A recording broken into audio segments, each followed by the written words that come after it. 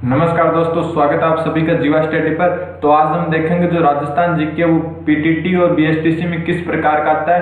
Top question देखेंगे पिछले model paper के, और साथ ही में देखेंगे कि जितने भी क्वेश्चन है उनसे रिलेटेड और क्या तथ्य है वो भी हम जानकारी लेंगे। तो चलो स्टार्ट करते हैं।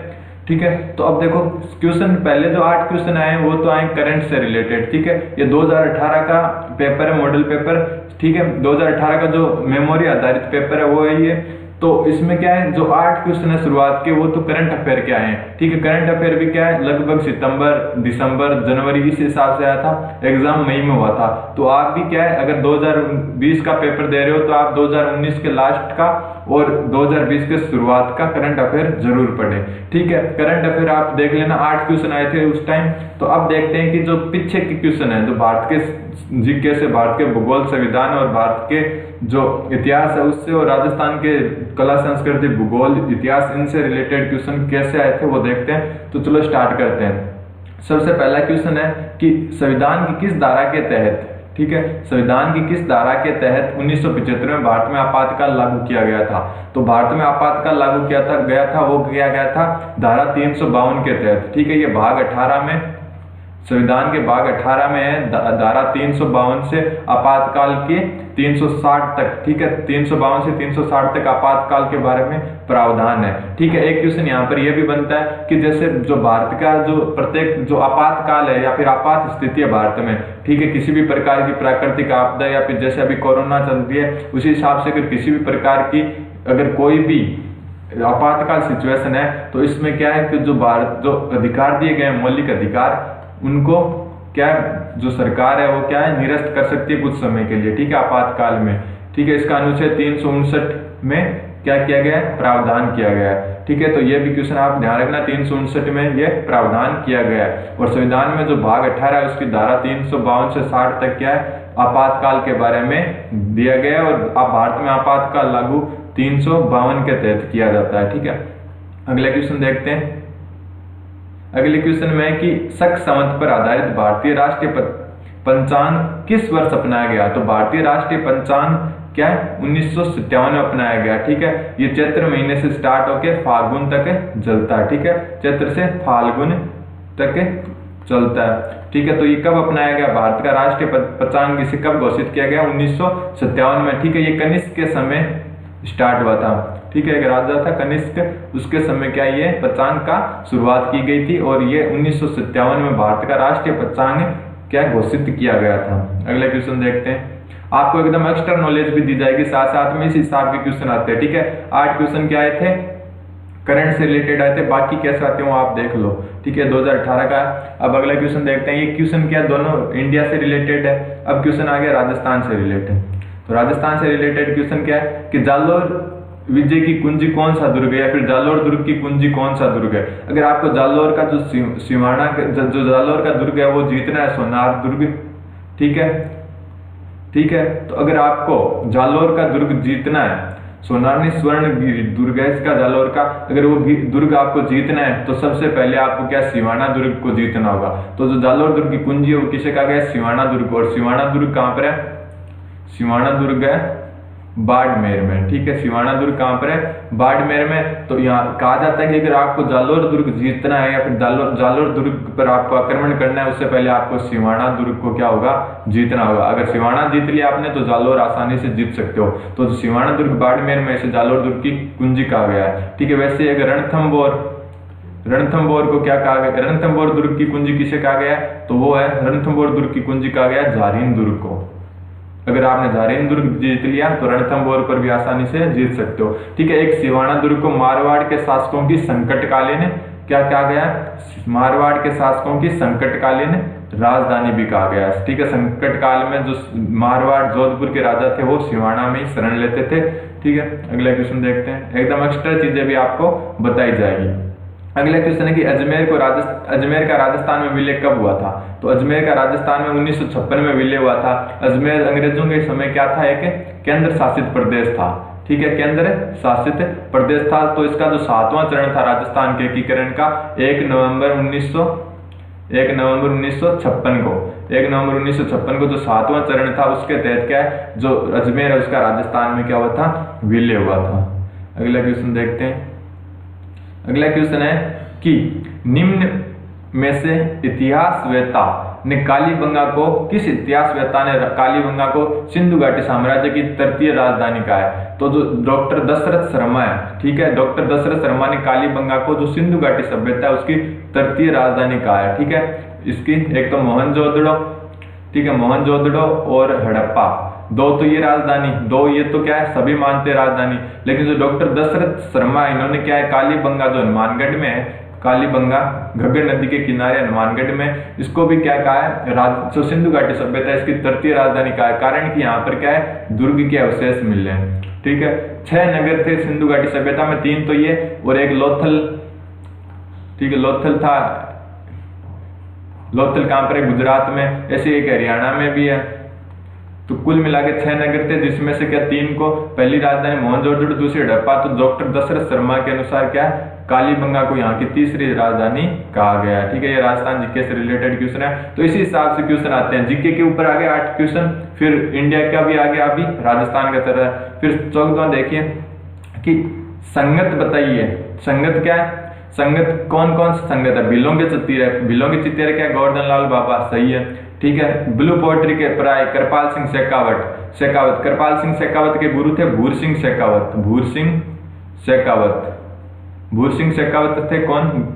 कृपाल सिंह शेखावत के गुरु। और भूर सिंह शेखावत को क्या कहा जाता है ये भी याद रखना, गांवों का चित्तेरा, गांवों का चित्तेरा कहा जाता है। किसे? भूर सिंह शेखावत को। गांवों का चित्तेरा है, गांवों का चित्तेरा किसे कहा जाता है? भूर सिंह शेखावत को, ठीक है। 1964 में जो कृपाल सिंह शेखावत है इनको पद्मश्री मिला था ब्लू पोएट्री के लिए, ठीक है। भैंसों के चित्तीर किसे कहा जाता है? परमानंद चोयल, परमानंद चोयल को क्या कहा जाता है? भैंसों का सितारा। और बिलों के चित्तेरा किसे कहा जाता है? गोवर्धन बाबा को। और ब्लू पोएट्री के प्राय, ठीक है। और गांवों का चित्तेरा किसे कहा जाता है? भूर सिंह शेखावत को। और कृपाल सिंह शेखावत ब्लू पोएट्री के लिए इनको पद्मश्री मिला था 1964 में, ठीक है। एक्स्ट्रा नॉलेज भी आपको दी जाएगी, तो आप चैनल को लाइक शेयर और सब्सक्राइब जरूर करें। अब अगला क्वेश्चन देखिए कि किस लोक देवता को धौलिया वीर कहा जाता है? तो धौलिया वीर कहा जाता है किसको? वीर तेजाजी को, ठीक है। और एक 5 पीर याद रखना आप 5 पीर कौन कौन से थे? पहले तो रामदेव जी, ठीक है, रामदेव जी, दूसरे गोगा जी, ये 5 पीर है, याद रखना। तेजाजी 5 पीर में नहीं आते, ठीक है। तीसरे हड़बूज जी, फिर पाबू जी, और लास्ट थे वो मेहाजी मंगलिया, ठीक है, मेहाजी। तो ये क्या पंचपीर है? तो आप ध्यान रखना तेजाजी को पंचपीर नहीं माना जाता, ठीक। और धौलिया वीर कहा जाता है तेजाजी को। और कल्लाजी इनको क्या कहा जाता है? 4 भुजा वाले देवता, 4 भुजा वाले देवता या फिर 4 भुजा वाले लोक देवता। और जो कल्लाजी इनकी जो समाधि क्षत्रिय है वो कहाँ पर है? वो है चित्तौड़ दुर्ग में। 1568 का जो अकबर का चित्तौड़गढ़ पर आक्रमण हुआ था उस समय कल्लाजी, फत्ताजी और जयमल मेड़ते ये सभी क्या है वीर गति को प्राप्त हुए थे मुगलों से लड़ते हुए। अगला क्वेश्चन देखते हैं। इस हिसाब के क्वेश्चन आते हैं, आप एकदम इजी लेवल के क्वेश्चन आते हैं तो आपको घबराने की कोई जरूरत नहीं है, एकदम इजी लेवल के क्वेश्चन आते हैं। फिर 16वां क्वेश्चन है कि सुमेलित कीजिए, इन सबको सुमेलित करना है। तो जसवंत थड़ा ये कहाँ पर है? जोधपुर में, ठीक है। ये किसने बनवाया? महाराजा सरदार सिंह ने बनवाया था जसवंत थड़ा। एक महाराजा सरदार सिंह क्या वहां बीकानेर में भी हुए थे, ठीक है। फिर मुंशी रानी की छतरी है अलवर में, अलवर में, ठीक है। ये किसको? मुंशी रानी को है। और किसने बनवाई थी? विनय सिंह ने, अलवर के राजा विनय सिंह ने बनवाई थी। फिर केसरबाग की छतरी है बूंदी में। और केसरबाग की छतरी क्या है? जो बूंदी के शासक थे इनका क्या है? शमशान स्थल है, ठीक है, शमशान स्थल है। तो बच्चा क्या? क्षारबाग की छतरी, तो ये कहाँ पर है? कोटा में। तो केसरबाग की छतरी क्या है? बूंदी के शासकों की शमशान स्थल है। और मुंशी रानी की अलवर में, असित खम्भों की छतरी कहा जाता है इसे। और जसवंत थड़ा कहाँ पर है? कोटा में। और क्षारबाग की छतरी कहाँ है? कोटा में। और जसवंत थड़ा जोधपुर में, ठीक है। अगला क्वेश्चन देखते हैं। अगले क्वेश्चन में है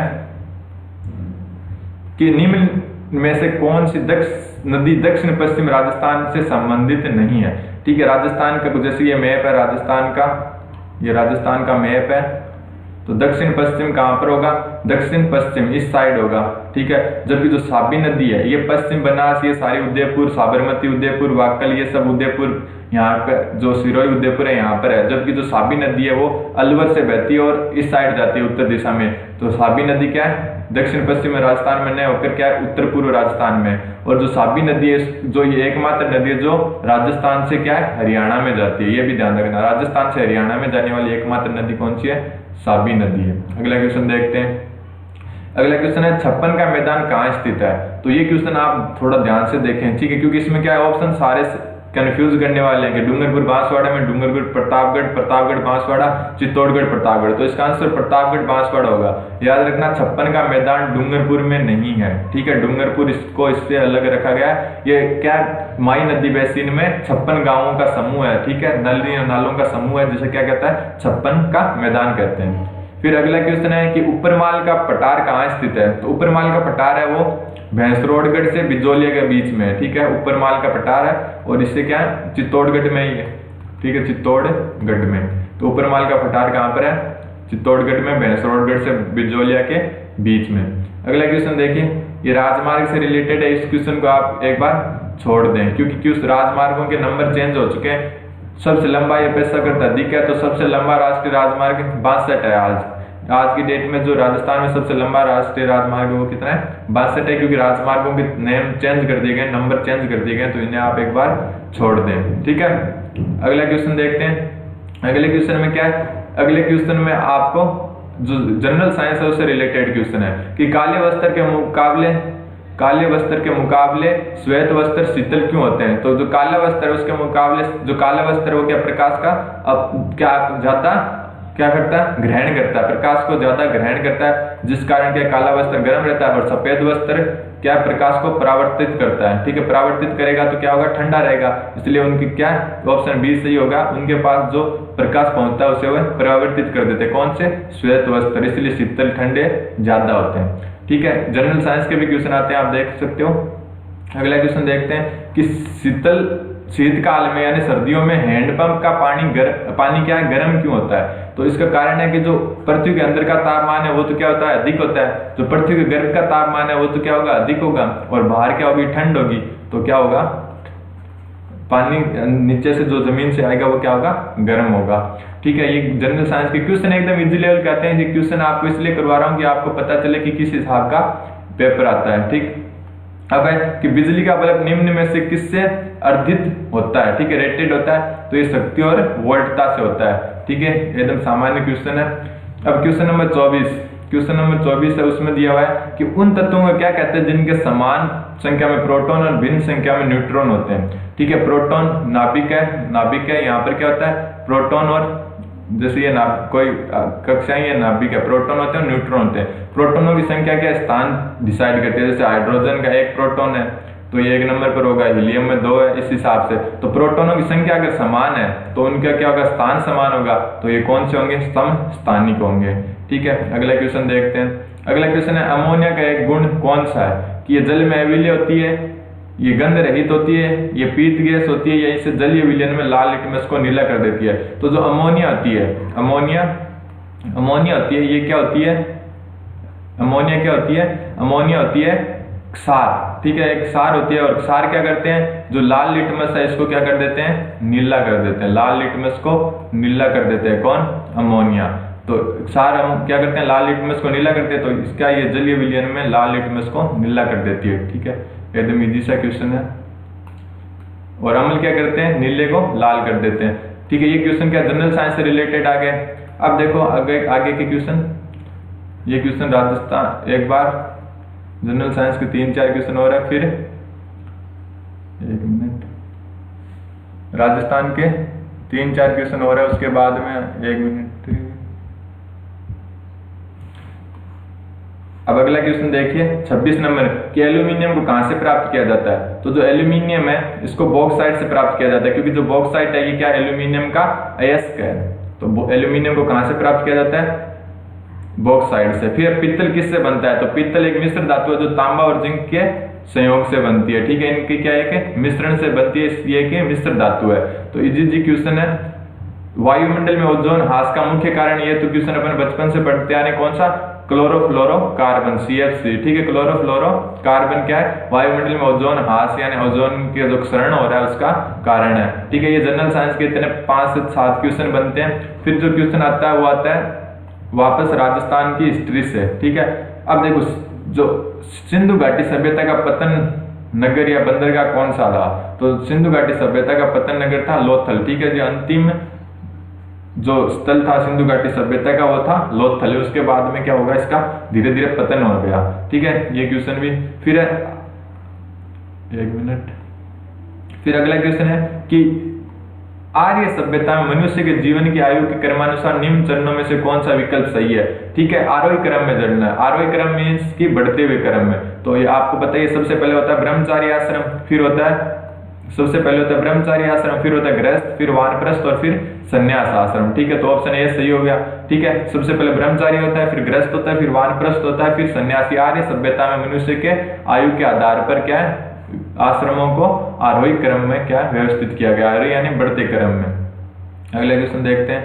अगला क्वेश्चन है कि आरंभिक वैदिक काल में वर्ण व्यवस्था आधारित थी, तो वैदिक काल में जो आरंभ हुआ था वर्ण व्यवस्था व्यवसाय पर आधारित थी। व्यवसाय के आधार पर क्या है, समाज को वर्गों में बांटा गया था। अगला क्वेश्चन है कि पृथ्वीराज चौहान को मोहम्मद गौरी ने किस युद्ध में हराया, तो जो तराइन का द्वितीय युद्ध हुआ था उसमें पृथ्वीराज चौहान को क्या है, तराइन के द्वितीय युद्ध में मोहम्मद गौरी ने हराया था और इनको क्या गजनी ले गया था और वहां पर क्या अंधा कर दिया था। फिर शब्द भेदी बाण से पृथ्वीराज चौहान ने क्या है, मोहम्मद गौरी को हराया था, मोहम्मद गौरी को मार डाला था। फिर क्या एक जो तराइन के प्रथम युद्ध में क्या है, मोहम्मद गौरी घायल हो गया था, ठीक है। पृथ्वीराज चौहान की विजय हुई थी लेकिन मोहम्मद गौरी भागा था, लेकिन पृथ्वीराज चौहान ने पीछा नहीं किया और उसे जिंदा छोड़ दिया। इतिहास में इसको सबसे बड़ी गलती माना गया है। फिर जो तराइन का द्वितीय युद्ध हुआ था 1 साल बाद में, इसको में क्या है, मोहम्मद गौरी ने पृथ्वीराज चौहान को हरा दिया, ठीक है। इसका एक कारण एक नाट्यरंबा घोड़ा था, उसको भी माना जाता है, ठीक है। नाट्यरंबा घोड़े को भी पृथ्वीराज चौहान की हार का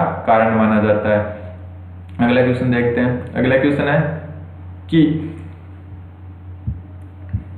दिल्ली के सुल्तान का पद संभालने से पहले बलबन किस सुल्तान का प्रधानमंत्री था, तो दिल्ली का जो बलबन था, दिल्ली का सुल्तान वो, और एक याद रखना अमीर खुसरो जो अलाउद्दीन खिलजी के साथ रहते थे, इतिहासकार और कवि थे, वो क्या अमीर खुसरो सबसे पहले बलबन के दरबार में रहते थे और बलबन प्रधानमंत्री किसका था, नसीरुद्दीन का, ठीक है। बलबन किसका था, नसीरुद्दीन का प्रधानमंत्री था सुल्तान बनने से पहले। अगला क्वेश्चन देखते हैं।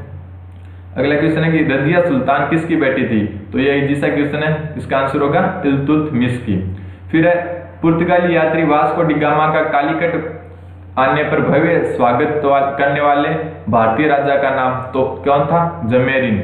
जमेरीन ने क्या किया, जो वास्को डी गामा था, ये लगभग 1498 ईस्वी में भारत आया था और वास्को डी गामा का जो खर्च आया था यात्रा का पुर्तगाल से इंडिया तक का, उस जो यहाँ से वो मसाले ले गए थे वो वहां पर पुर्तगाल में जाके यूरोप में जाके बेचे तो 60 गुना ज्यादा उसके यात्रा खर्च से 60 गुना ज्यादा उसको मुनाफा हुआ था, ठीक है। अगला क्वेश्चन देखते हैं।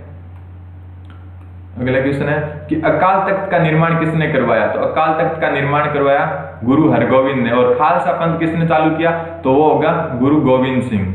फिर अगला क्वेश्चन 37 नंबर की नादिर शाह के आक्रमण के समय दिल्ली का शासक कौन था, तो जो नादिर शाह उसके आक्रमण के समय दिल्ली का शासक मोहम्मद शाह था और ये आक्रमण कब किया, 1739 में, और इसका क्या कहा गया, करनाल का युद्ध। करनाल का युद्ध किन किन के बीच में हुआ, नादिर शाह और मोहम्मद शाह, और विजय कौन हुआ इसमें, नादिर शाह की क्या हुई, विजय हुई। अगला क्वेश्चन देखते हैं। अगले क्वेश्चन में कि निम्नलिखित में से वह गवर्नर कौन था जो मैसूर के तीसरे युद्ध में सुल्तान के विरुद्ध, टिप्पू सुल्तान के विरुद्ध लड़ा, तो जो मैसूर का तीसरे युद्ध में उसमें लॉर्ड कॉर्नवालिस क्या थे, मैसूर के तृतीय युद्ध में अंग्रेजों की तरफ से लड़े थे, ठीक है। अगला क्वेश्चन देखते हैं। इस हिसाब से क्वेश्चन आते हैं, आप लाइक शेयर और सब्सक्राइब जरूर करें। अगला क्वेश्चन देखते हैं। अगला क्वेश्चन है निम्नलिखित में से कौन सा राजनीतिक अधिकार नहीं है, तो साफ साफ दिखा है कि मत देने का अधिकार राजनीतिक अधिकार है, चुनाव लड़ने का अधिकार राजनीतिक है और सरकार के शासी निकायों के शिकायत करने का अधिकार भी है, लेकिन जीवन का अधिकार ये क्या है, राजनीतिक अधिकार है नहीं है।